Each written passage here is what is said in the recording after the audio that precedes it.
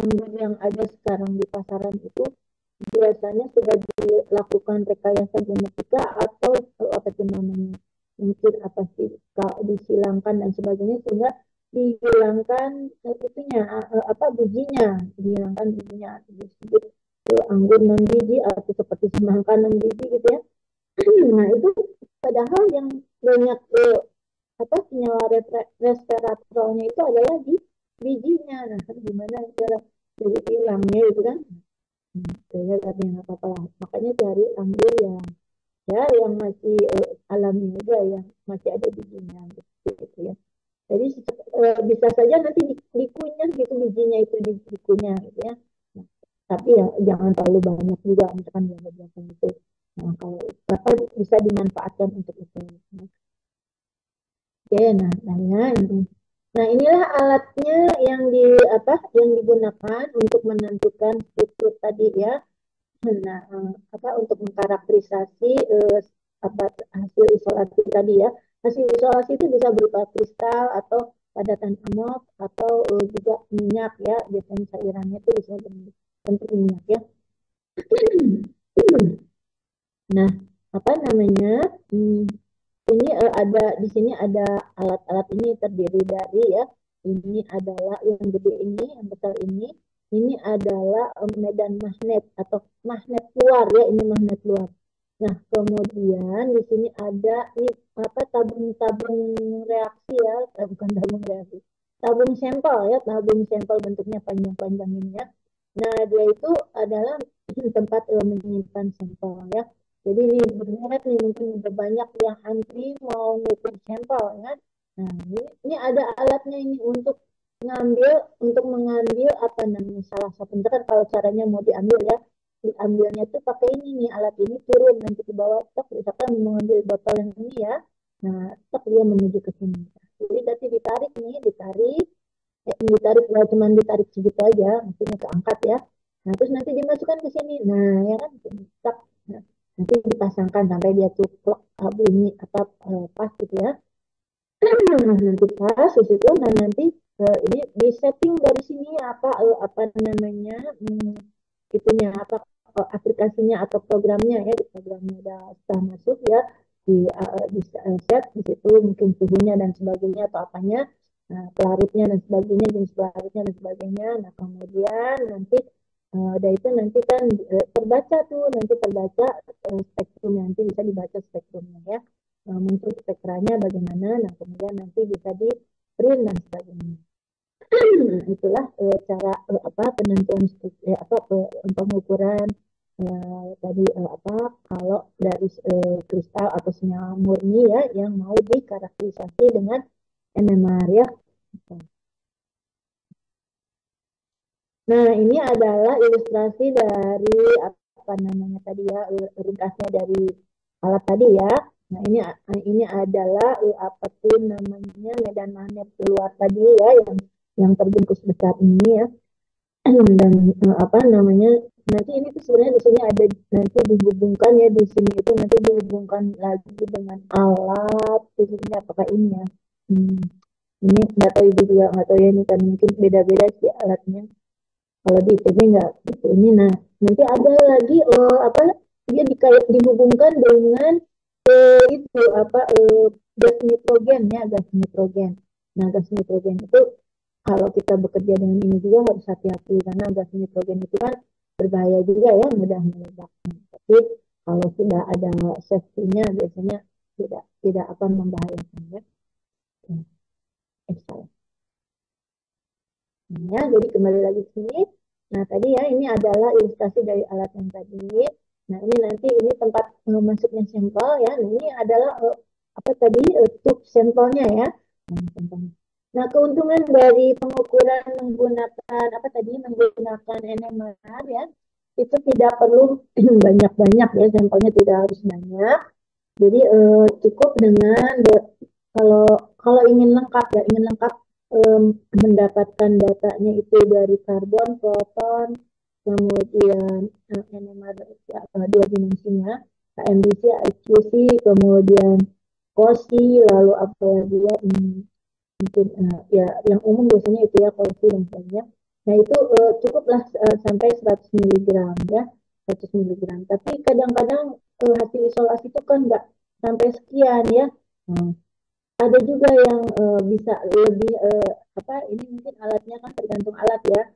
Alatnya ini dia kalau untuk lengkap itu biasanya harus sekian.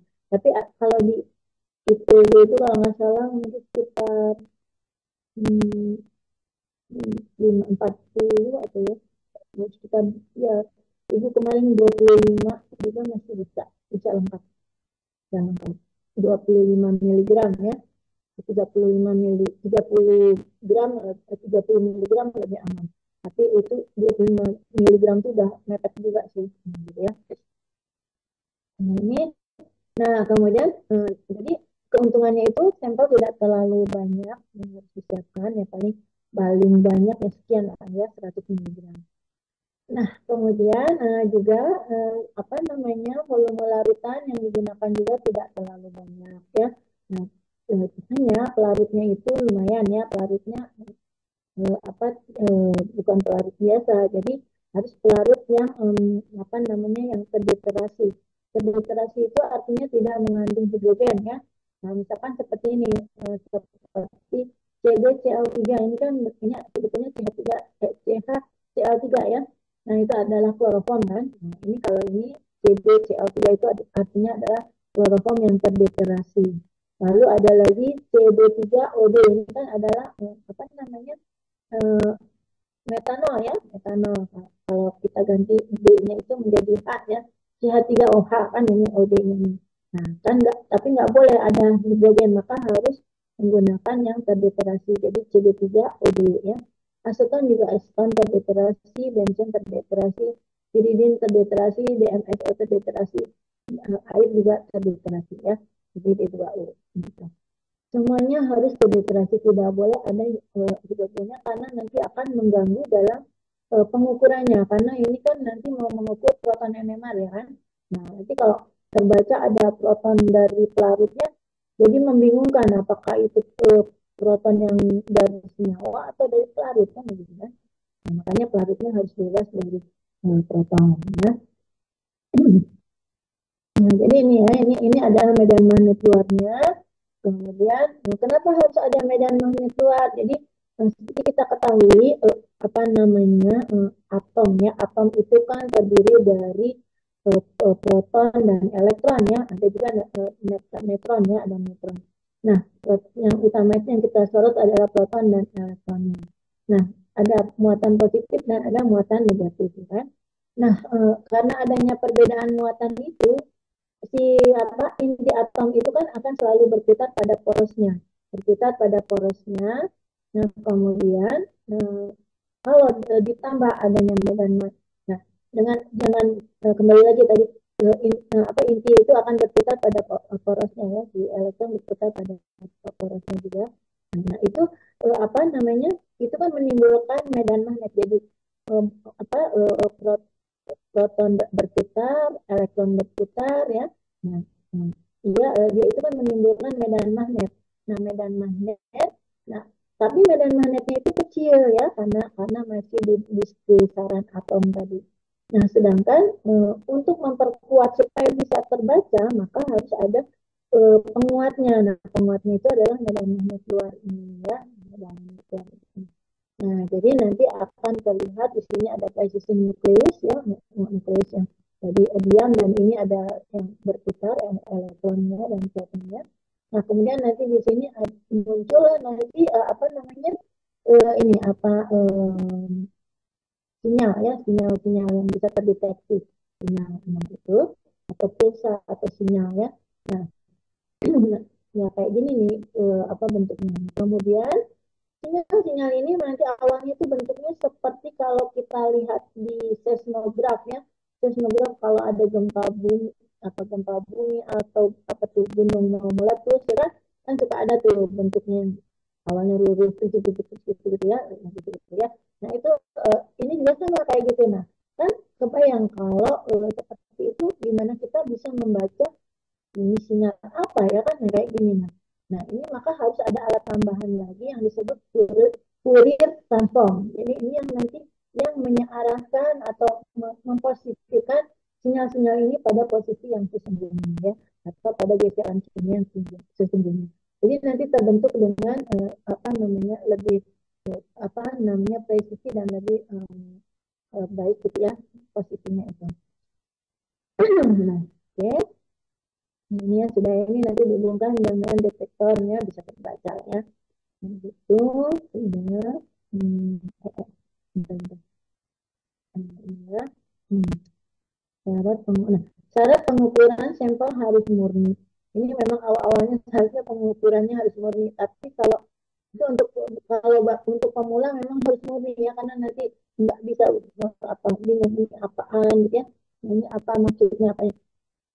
Kenapa harus murni? Tapi kalau misalnya sudah berpengalaman nanti bisa membedakan mana sinyal yang punyanya apa namanya itu kristal yang kita ukur dan mana yang bukan ya, bisa dibedakan. Tapi khusus untuk yang pemula atau yang baru biasanya ya diupayakan harus murni dulu biar belajar dulu ya. Nah kemudian ini selanjutnya kan ini kan untuk proton ya, tadi ini untuk karbon NMR, ini otomatis pelarutnya juga akan sama dengan pelarut untuk protonnya. Kalau misalkan di apa nih tadi di protonnya itu dia menggunakan pelarut CdCl3, maka nanti untuk pengukuran di apa namanya karbon NMR juga pakai CdCl3. Kalau boleh di proton CdCl3 nanti di karbon udah habis misalkan pakai CD3OD misalnya, nggak boleh ya, nah, itu nggak akan sinkron. Nah, ini transfer Fourier itu adalah dinamakan atas hasil penemuan Joseph Fourier ya. Jadi dia yang menemukan bagaimana supaya sinyal yang rumit tadi yang seperti kita lihat di seismograf tadi bisa terbaca ya, dan dia berada pada posisi geseran kimia yang sesuai. Nah, adalah sebuah transformasi integral yang menyatakan kembali sebuah fungsi dalam fungsi basis sinusoida, menurut fisika ya kan, yaitu sebuah fungsi sinusoida penjumlahan mata integral dikalikan oleh beberapa koefisien atau amplitude. Itu aja. Ini adalah penjelasannya. Ya, maksudnya. Saya nggak usah sampai ke sana. Nah, ini ya. Jadi tadi ini ada botol sampelnya tuh bentuknya kayak gini, ada inside-nya ya, ini ada. Jadi dia dilapisi dua bagian ya, ada yang di luarnya ini ke apa kaca, dan ini ada yang bagian dalamnya gitu ya. Nah, gitu. Nah ini ada diameternya dan sebagainya ya.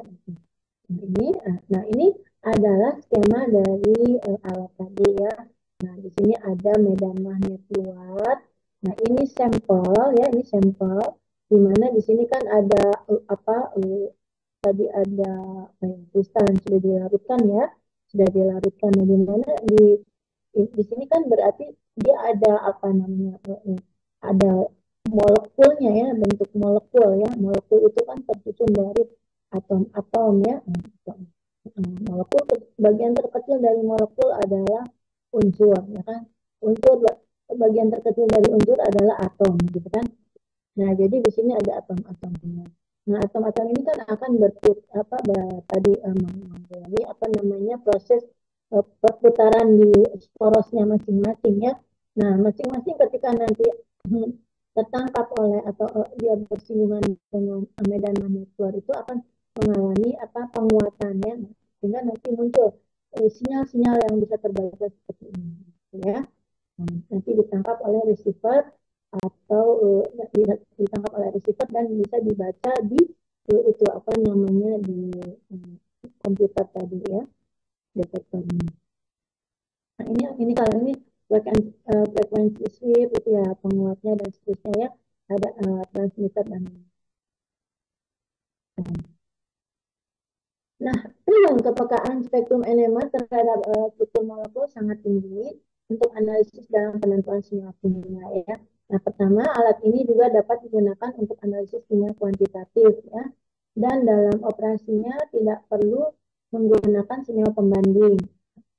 Bagaimana lazimnya analisis instrumen pada umumnya. Biasanya kan semua instrumen yang biasa kita gunakan, yang semuanya ada beberapa ya, yang kita gunakan itu pada umumnya harus ada pembanding. Seperti kalau IR, itu kita harus ada pembanding, atau harus ada punya library dulu ya, library harus terisi dulu gitu ya. Nah, nanti bisa ada comparisonnya gitu. Nah, itu kalau kalau apa namanya kalau yang pakai pembanding UV juga sama ya kan juga ada itu ada double itunya, nah itu nanti yang double double beam nanti ada dua itunya dua tempat, yang satu untuk standar satu untuk naik. Jadi itu semua pada umumnya ada standar. Nah, kalau NMR ini tidak perlu lagi menggunakan standar, jadi senyawa yang baru pun nanti bisa terukur atau bisa dikarakterisasi ya. Nah, kedua spektrumnya menghasilkan puncak-puncak yang sangat spesifik dan jumlah sampel yang digunakan pada analisis sangat kecil, itu kan tadi jumlahnya kecil ya.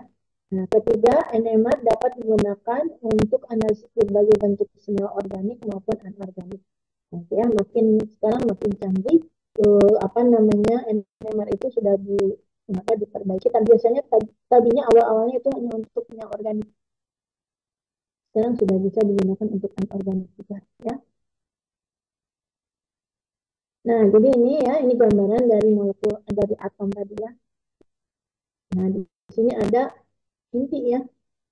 Inti atom ini terdiri dari ada ada proton ya, proton yang biru, kemudian ada neutron yang merah. Nah, semuanya ada di dalam inti atom ya.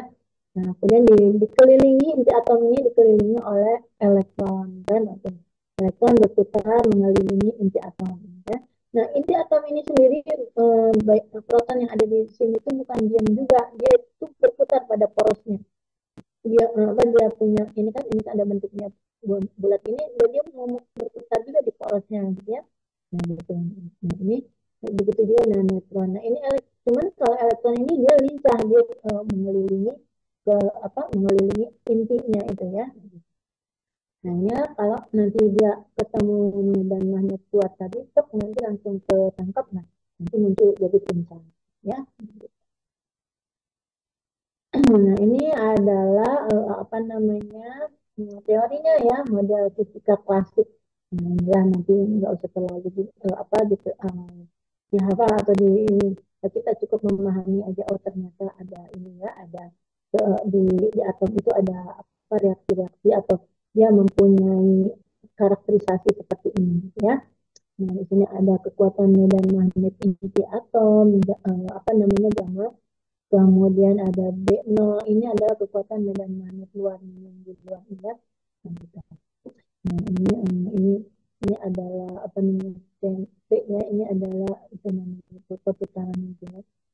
Nah, ini. Oke. Nah, ini nah ini adalah kalau apa namanya tadi kan berputar di porosnya. Nah, satu unit circle itu kan terdiri dari apa nih, bisa disebut sebagai satu putaran itu 2 pi radian ya, di mana satu pi itu adalah 22/7 atau putarannya itu sekitar 3,14 ya. Nah, satu radian itu adalah 57,3 derajat. Maka 2 pi itu adalah 360. Nah, jadi dia berputar 360 ya. Nah, itu. Nah, fenomena ini juga sama ya, nanti bisa dibaca ini supaya tidak apa ibu skip aja supaya tidak kemana-mana.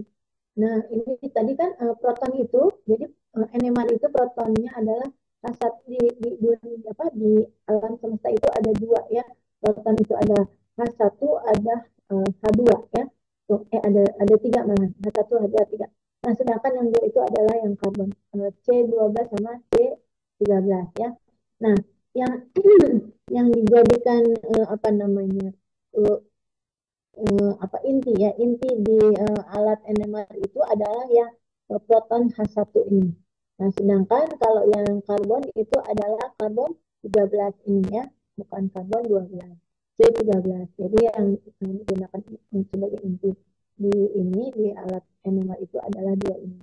Proton H1 dan juga karbon 13 ya. Kenapa demikian ya? Karena syaratnya itu harus mempunyai apa namanya spin spin intinya itu tidak boleh nol ya.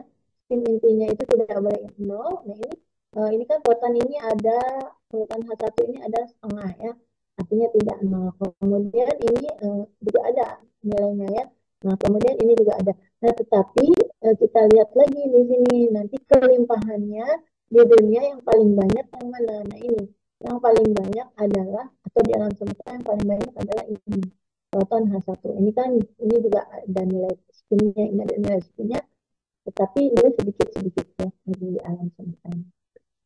Nah, kemudian kita lihat karbon ya. Karbon ini kan ini kalau yang 12 ini spinnya 0, jadi nggak boleh.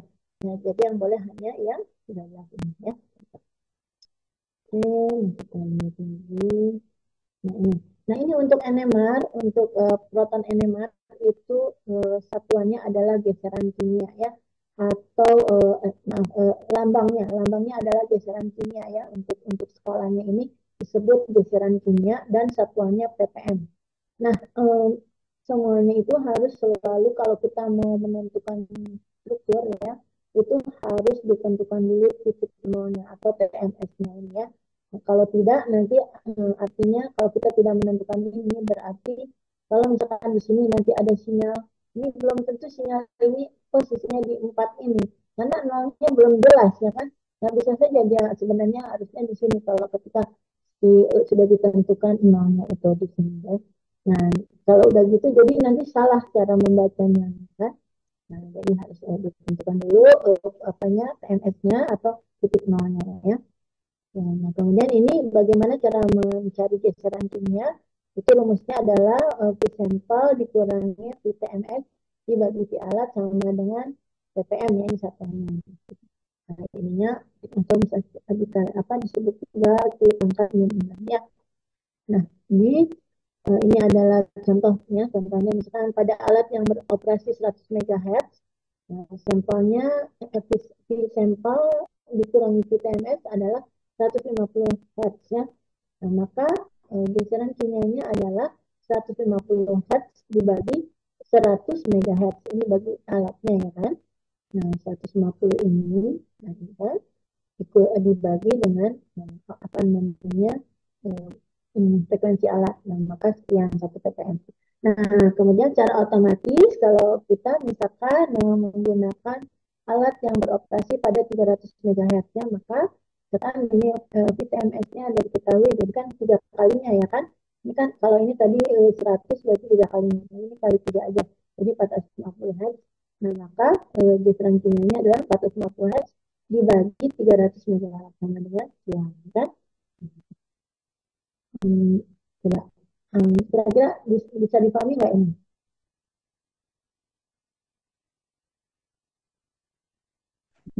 Ayo, siapa ada yang kritis nggak? Bisa memahami nggak apa yang ibu jelaskan barusan?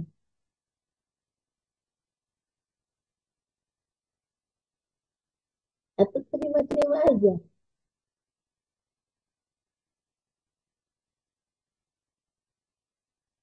Atau pada bobo ini di rumah? Dari yang aja. Bisa dipahami. Bisa dipahami. Coba barusan yang bilang siapa? Fuad ya? Fuad. Bisa dipahami ya, Fuad? Tapi Fuad bisa kritis nggak? Ada yang salah? Ada koreksi nggak?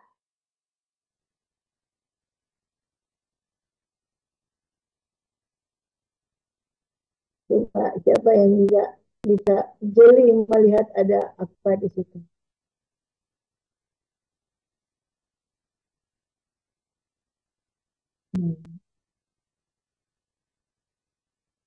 Ada nggak yang bisa jawab? Ada.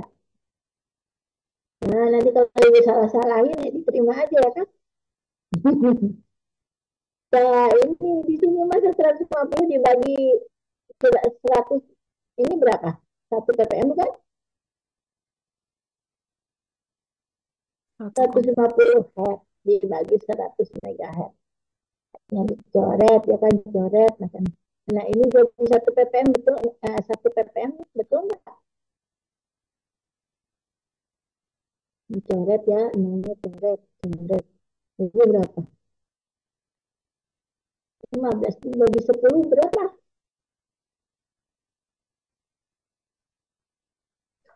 1,5 Ada yang bisa Ibu. jawab nggak? Ya, gimana Mary? 1,5 Ibu.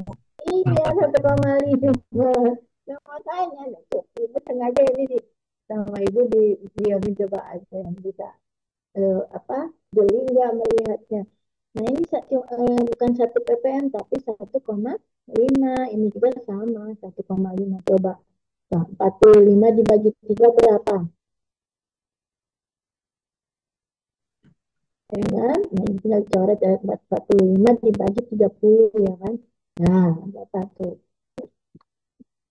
Nah, cek ya. Jadi kan jangan makanya apa namanya kalau kalau kuliah ini kuliah apa namanya spektroskopi apa namanya kuliah penstroke ya penstroke penentuan struktur atau ISKO ini ya itu jangan sambil tidur tiduran atau sambil bengong ya kan nah, ini harus sambil mikir ya kan karena kalau enggak nanti nggak paham ya salah nanti pasti pada saat ujian juga nggak akan mengerti gitu ya kan jadi apa walaupun misalkan ibu nggak bisa lihat di situ ini kan semua pada ditutup kameranya apa yang terjadi di sana kan ibu nggak tahu nah tapi tolong diperhatikan ya diperhatikan anak-anak ini membutuhkan apa namanya daya pikir yang kuat ya tidak bisa disambil apa gitu-gitu aja apa santai-santai gitu ya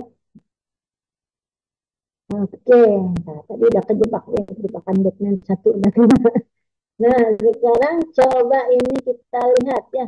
Sekarang ini ada sinyal ya, ada sinyal di sini ada. Ini kan ada sinyal. Ini kan jadi kita lihat di sini ada 60 MHz. Kemudian ada yang ini alat-alat ya, alat-alat dengan apa namanya frekuensi yang berbeda-beda. Ada yang dari dimulai dari 60, 100, 300. Kemudian ini ada 300 tapi eksperimental. Ini cuma apa namanya apa ya namanya jadi kita merancang aja kalau yang ini ya. Nah kalau yang ini apa yang hasilnya. Nah ini yang hasil percobaannya lah gitulah ya. Ini hasil percobaannya dan ini yang simulasinya. Nah coba Anda bisa lihat nggak di sini? Di sini apa namanya kalau alatnya 60 MHz itu ya artinya dia kan frekuensinya kecil ya kecil lebih kecil dibandingkan dengan 100 paling kecil yang 60 MHz ini. Nah, kemudian kalau dibandingkan dengan 100 kan lebih kecil. Kemudian juga terhadap 300 jauh lebih kecil ya. Nah, nah sekarang kita lihat ini kalau dia frekuensinya kecil, demikian hasil apa namanya sinyalnya ya. Sekarang kalau diperbesar sedikit lah ya si alatnya itu pakai alat yang lebih besar frekuensinya jadi 100 MHz. Jadi kayak gini ya, sinyalnya itu jadi kayak gini. Nah, berikutnya kalau dia diperbesar lagi jadi 300 MHz ya. Nah, apa namanya spektrumnya atau spektra yang didapatnya kan kayak gini. Nah, ini jadi jauh lebih jelas ya. Nah, jadi artinya gini, kalau semakin kecil frekuensi alat yang digunakan, itu alat si spektrum atau spektra yang dihasilkan itu akan apa ya lebih sulit dibaca ya dibandingkan kalau kita menggunakan alat dengan apa namanya frekuensi yang lebih tinggi atau lebih besar ya karena kalau yang frekuensi alat yang lebih besar atau lebih tinggi ini dia pemisahannya akan lebih jelas ya, jadi bisa terlihat daerah-daerahnya itu dengan jelas ini geseran kimianya ini misalkan ini berapa ya kan ini berapa gitu sudah kelihatan ya. Nah, ini kan geseran kimianya. Coba kalau kayak gini, nah ngumpul semuanya kan nggak tahu berapa kan gitu. Nah, sekarang sensitivitas inti atom ya. Ini di sini tabel berikut memberikan tingkat sensitivitas relatif inti-inti atom. Contohnya alat NMR 200 MHz ya. Nah, jadi kalau untuk yang 200 MHz ini nanti akan muncul ya apa namanya perbedaan dari apa namanya ya pelimpahannya itu ya. Kemudian sensitivitasnya itu akan terlihat dengan nyata ya. Nantilah bisa dibaca ya. Pengukuran NMR proton mendekati 60 kali lebih sensitif dibandingkan dengan pengukuran NMR karbon. Pengukuran NMR nitrogen 16 kali kurang sensitif dibandingkan pengukuran NMR karbon ya. Jadi nanti bisa dilihat, kita lihat kalau yang mana tadi proton ya, proton ini kan lebih sensitif dibandingkan dengan karbon kan. Ini proton lebih sensitif dari karbon ya, karena tadi kalau ini 200 ini ya. Nah, ini dia kelimpahannya yang paling besar ya. Yang ini kan. Nah, kemudian kalau pengukuran nitrogen 16 nitrogen nitrogen ya, enggak ada. Nitrogen ini kurang sensitif dibandingkan pengukuran karbon ya. Nah, ini bisa dilihat dari nilai kelimpahannya ya. Nah, ini adalah FID. FID itu free induction decay ya. Ini adalah sinyal apa ya? Sinyal original dari pengukuran NMR ya. Nah, itu bentuknya kayak seperti kalau kita baca atau kita lihat kalau alat seismograf itu bekerja ya. Nah, kayak gini kan. Nah, gitu. Ini makanya harus ada alat bantu lagi supaya bisa melihat ini kalau ngumpul-ngumpul ini apa sih. Nah, kita nanti kita kelihatan puncaknya ya. Itu pakai Fourier transform tadi ya. Nah, ini masih induction decay, walaupun diperbesar juga masih kayak gini, belum bisa dibaca ya. Nah, kemudian ini tadi masih yang FID yang biasa. Nah, dengan adanya FT tadi, Fourier transform, nah bisa kelihatan ternyata seperti ini bentuknya terpisah ya. Dan begini ya. Ini juga sama, ini juga gitu kan, masih banyak ya kan, yang kayak seperti per. Nah, ketika pakai Fourier transform, nah cuma satu ini sinyalnya. Ternyata dia adalah sinyal dari ketawan ya. Nah, ini juga sama, gitu kan. Ini. Nah, ternyata ketika dipakai Fourier ini ada 3 puncak ya, 3 puncak yang terbaca sinyalnya demikian ya. Nah, ini yang paling penting. Mungkin sebentar. Kita bagian 9 ya.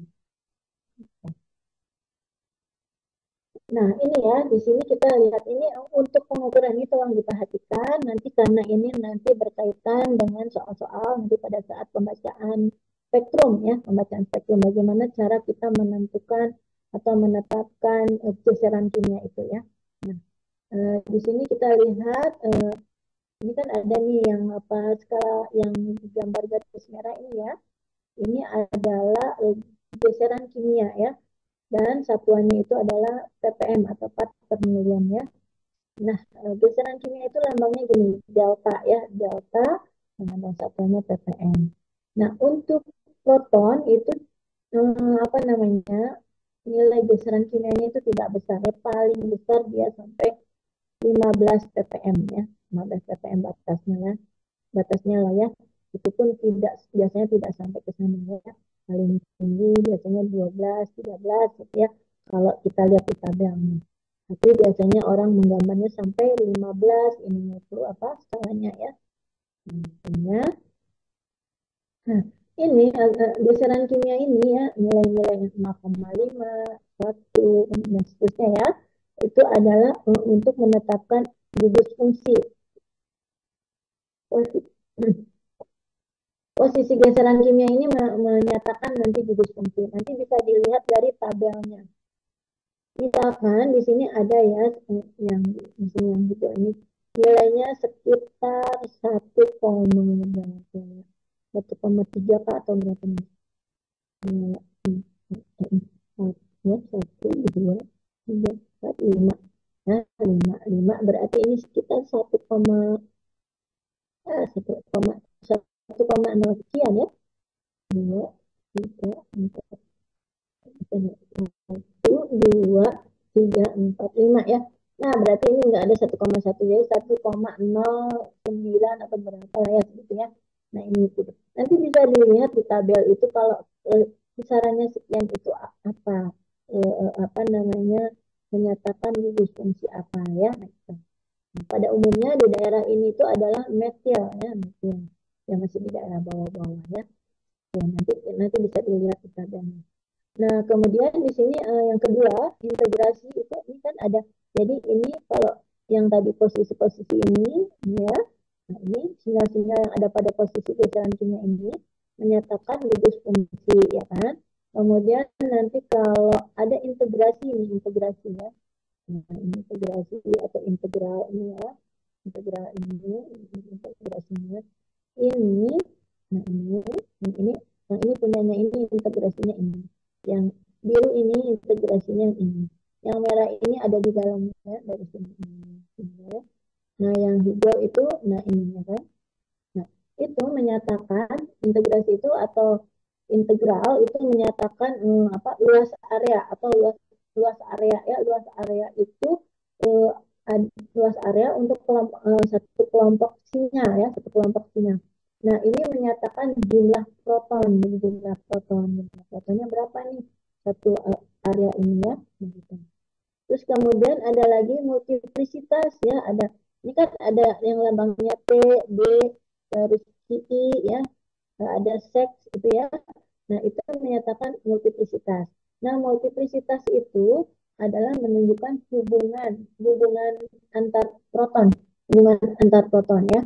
Nah, lalu ada lagi nanti konstanta coupling ya. Konstanta coupling itu nah ini ya jadi ya. Nah, misalkan ini kan ini ada bentuknya kecil-kecil ini. Nah, ini diperbesar jadi kayak gini. Kalau dilihat itu nanti ini ada alatnya apa ada aplikasinya yang bisa dipakai atau program yang dipakai itu MNOVA ya nanti bisa lihat. Nah, ini oh ternyata ini tuh apa besarnya sama jarak dari sini ke sini sama dengan jarak dari sini ke sini puncak ini ke sini ya kan sama ini juga dari sini ke sini sama. Nah itu adalah ini menyatakan konstanta coupling satuannya adalah hertz ya.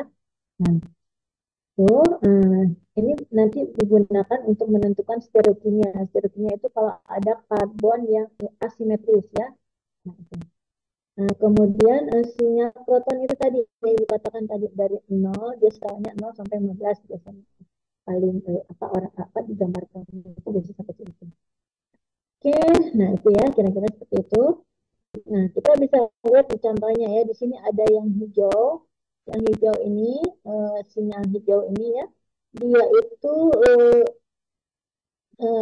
kan ini kan integrasi ya, integral. Nah, kemudian ada nilainya ini 63. Ya, ini mungkin tidak diukur ya. Cara mengukurnya gimana atau menghitungnya? Ini kan ada lekukan gini ya, lekukan gini nih. Nah, ini kalau kita tarik garis lurus ke sana. Kemudian nanti di atas tuh ada lekukan juga kita tarik garis lurus gitu ya. Nah, ukur dari apa ini namanya garis lurus yang ini, yang atas dan yang bawah ini berapa sentimeter atau berapa milimeter ya di sini pakai milimeter katanya. Berapa panjangnya ini ya. Kan kita tahu di sini 63 milimeter ya. Nah, sekarang ini yang merah ini kita lihat sinyal merah ini. Ini kan ada lakukan ini ya, lakukan tarik garis lurus ke sini. Lalu ini ada lagi ini. Nah, ini yang paling ujung ya, bukan yang ini yang ditariknya, tapi yang di sini yang paling ujung. Tarik lagi nanti garis lurusnya mau ke sini kan, ke sana supaya ketemu dengan ini. Nah, ini nanti diukur dari sini ke sini itu berapa ya. Begitu juga dengan yang ini kan sudah diketahui ada apa gambarnya tuh udah diberi lambang kayak gini, maka ini nanti akan ditarik garis dari perpotongan ini ke sana. Nah, ini juga yang ada lokasinya seperti ini ukur lagi dan seterusnya. Nah ini yang kecil ini, nah ini kan udah ada gambarnya gini, si apa namanya atau gambar integralnya itu kayak gini. Nah tarik aja garis ini, terus ini juga ditarik. Nah ukur berapa ya? Nah juga untuk mengetahui berapa jumlah proton itu dari perbandingan ini ya. Ini yang paling cari yang paling kecil. Ini kan udah diketahui 20 mili, ini 39 mili, juga 60 mili, 63 ya. Dari semua ini mana yang paling kecil ini kan? Berarti ini satu banding satunya kita ambil dari sini. Satu banding satu ini. Nah, bandingkan ini 39 mm ini dibagi 20 itu berapa berapa ya? Berapa nilainya? Terus 60 dibagi 20 kan jadi 3 ya. Nah, 3. Nah, ini bagi tulis di sini. Nah, ini kalau jadi ini 3 ya. Kemudian nanti ini 63 dibagi 20. Nah, berapa? Bisa ketahuan segini ya. Nah, jadi artinya ini si sinyal sinyal yang hijau ini dia mempunyai 3 proton ya, 3,150 ini kalau dibuatkan hanya 3 proton. Terus kalau ini yang merah juga hanya 3 protonnya. Biru ini 1,95 ya, berarti ini dua proton ya, di sini ada 2 proton atau 2H ya. Kemudian di sini yang ini dia satu karena tadi 1:1 ya, ini sudah jelas dia satu. Nah, gitu. Jadi nanti udah ketahuan di sini ada 3 proton, 3 proton, ini 2 proton, ini ada 1 proton ya. Nah, gitu. Nah, kemudian ada lagi nih petunjuk yang lain, ada T. Ini T itu triplet ya, triplet itu satu kelompok sinyal ini mempunyai 3 puncak ya. Itu tiga ya, 3 puncak. Satu, dua, yang tinggi ya, terus tiga. Nah, ini triplet. Nah, kemudian yang ini doublet ya, ini yang puncaknya itu mempunyai sinyal ini mempunyai 2 puncak, satu dan satu lagi yang paling dua ya. Kemudian ini ada QI itu quintet ya, quintet itu artinya ada 5 ya. Nah, kita bisa tentukan di sini 1, 2, 3, 4, 5 ya.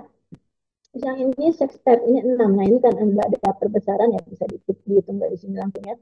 1, 2, 3, 4, 5, 6 ya. Nah, jadi itu ada 6. Nah, jadi nanti bisa diketahui. Nah, ini tuh apa ya kira-kira. Nah, ini kan tadi udah tahu kalau di sekitar ini biasanya CH3 ya. CH3 dari tabel ya, CH3. Nah, kita tulis aja dulu perkiraan CH3.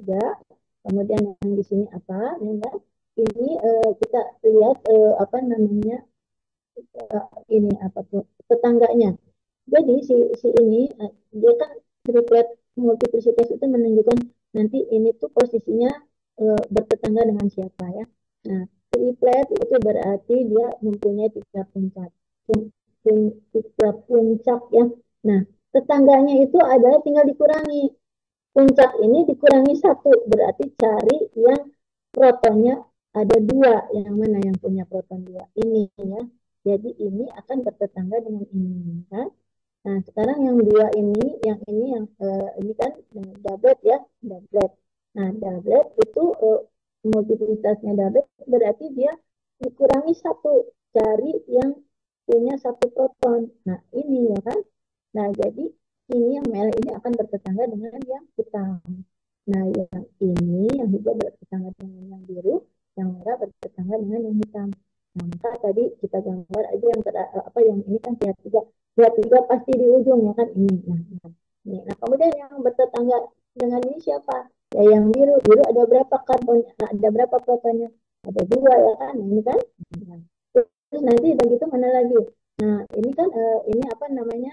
Yang ini apa namanya tuh yang tadi yang merah ini dia akan bertetangga dengan yang 1 proton ya. Nggak mungkin yang merah ini ada di tengah sini ya kan, yang ojol satunya ada di sini nggak mungkin.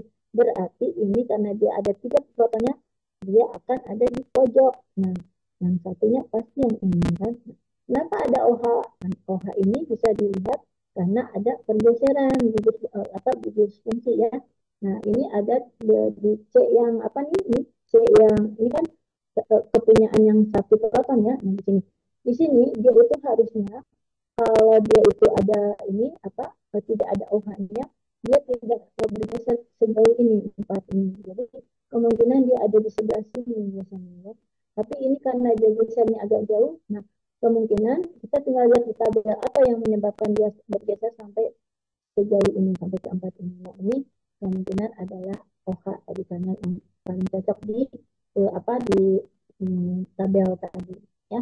Jadi seperti itu cara menentukannya, maka bisa diketahui bahwa spektrum ini menyatakan 2 butanol. Oke? Nah, kira-kira seperti itulah contohnya. Nanti yang soal-soal yang akan dihadapi ya. Ada yang mau ditanyakan nggak? Ini kayaknya udah mau habis ya waktunya. 2 menit ya. Tinggal 2 menit lagi. Silakan. Ada yang mau bertanya? Ibu cukupkan dulu sampai di sini ya, karena ini yang krusial. Nanti silakan dibaca-baca dulu. Kalau ada yang nggak ngerti atau ada yang masih bingung, silakan nanti bisa ditanyakan. Mau apa namanya? Mau ditanyakan minggu depan boleh ya. Nah, kemudian Nanti kalau Ibu tambah-tambah dulu nanti akan membingungkan. Ini aja dulu dipahami dulu. Nanti kalau sudah Ibu akan tambah lagi materinya. Kita bersambung minggu depan ya. Silakan. Sebelum Ibu akhiri, ada yang mau ditanyakan barangkali? Silakan. Belum ada, Bu. Hah?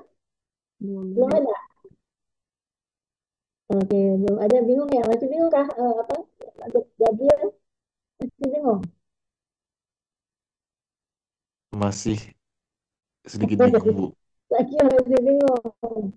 Ya udah, nanti dibaca lagi ya. Dibaca-baca aja dulu. Kayaknya nggak terlalu susah ya. Mungkin harus lebih pelan-pelan, tapi karena kita itu mengejar waktu ya kan. Nah, jadi kalau nanti terlalu pelan, nanti materi tidak sampai sini.